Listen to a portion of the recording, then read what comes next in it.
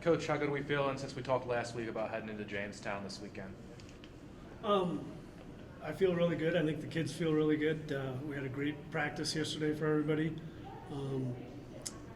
Pretty excited.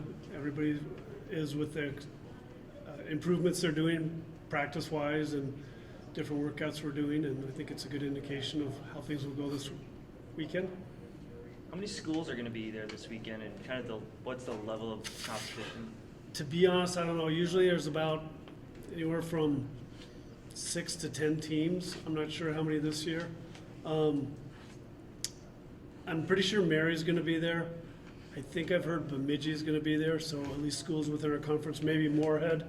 Otherwise, I'm sure Dickinson, Valley City, Jamestown. So it's a combination NAI and D2 and D3. I'm sure Concordia Moorhead will be there.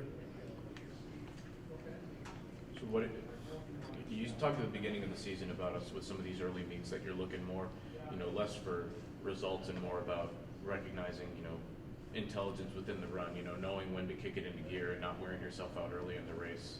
As the season progresses, does the mindset change a little bit now that you're probably a little more fit than you were back then? Oh, definitely. I mean, and that philosophy is kind of like the first race of the season. Now each one, last week at GRIAC, we tried to go out a little harder and get in there right from the beginning more. Try that out, especially with being familiar for conference a month later. This week, it's supposed to be flat as a pancake. It'll be a smaller meet compared to 2 weeks ago. And we've seen several of the people or several of the schools at the first 2 meets. So it's going to be a matter of getting out quick again, definitely working together in pairs or as a pack, 3-4 people. Things that we've been doing in practice. So yeah, we're stepping it up and being a little bit more aggressive and taking advantage of this flat course to really get some good times. Going back to the GRIAC, Emily, what kind of benefits is that going to give you guys that you've already run that course? Looking ahead to conference. I mean, does that give you an advantage in your preparation here in a couple weeks? Yeah, I think so, because normally we don't get to see the conference course until we get there, but we've already run on the course before, and some of us have done it more than just this year, and so I think it'll definitely help us a lot. We know where to push it, where to not push, where all the hard spots are, I guess you could say. So I think it'll definitely help once we come to conference. Is that common, Stu, for you guys to, in a sense, get a sneak peek of the course that you're going to be running at conference? I can't imagine it happens every year. No, it doesn't. I mean, I past history, I've liked to go and run the course if the school has a early season meet there. Now that we're in the Northern Sun, it's a little different with travel. Like 2 years ago, Sioux Falls, we didn't go down there to see it until we did conference. Last year, Wayne State, we never made an early trip down there to see it. When Concordia hosts, it's at GRIAC, so yeah, we get a chance to. Moorhead, when they host, we've been out there now, so we've had a chance to be there. But it just depends too on what year it is and maybe the age of the team. Right now, when we go to regionals, Joel Cartwright's the only one that's been on that course because it was 4 years ago. Actually, run the course. Allie Windish was there. But she was injured at that time.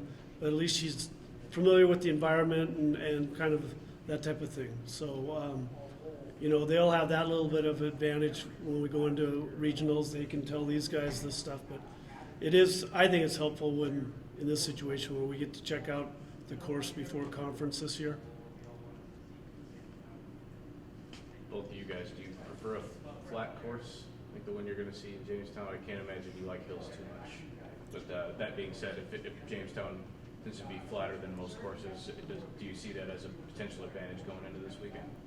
It's an advantage and a disadvantage just because your times are going to get faster, but you're not going to get the same push that you would get with hills. So with hills, pretty much it'll give you a better experience and you'll get stronger than when you run a flat course. And your time does get faster, but you don't have the same push that you would get with the hills.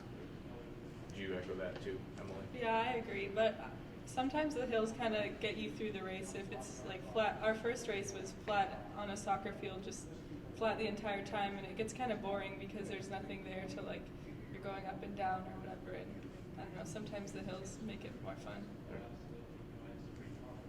Moorhead was just one big loop. I think this weekend they have tree rows, and so they're going up and down the tree rows. But Okay. it'll be a nice change, and especially doing too many hilly courses kind of beats you up week in, week out. So nice break. So are you looking for those faster times with the flatter course? Yeah, but in cross country, because everything, the ground is different, and the distance may not be accurate as, in, say, running on the track. So what I'm looking for is just people getting out there faster and competing with people up front, competing with people all the way to the very end. And then the times will come, but will it be a PR? Will it be super fast? It's hard to say.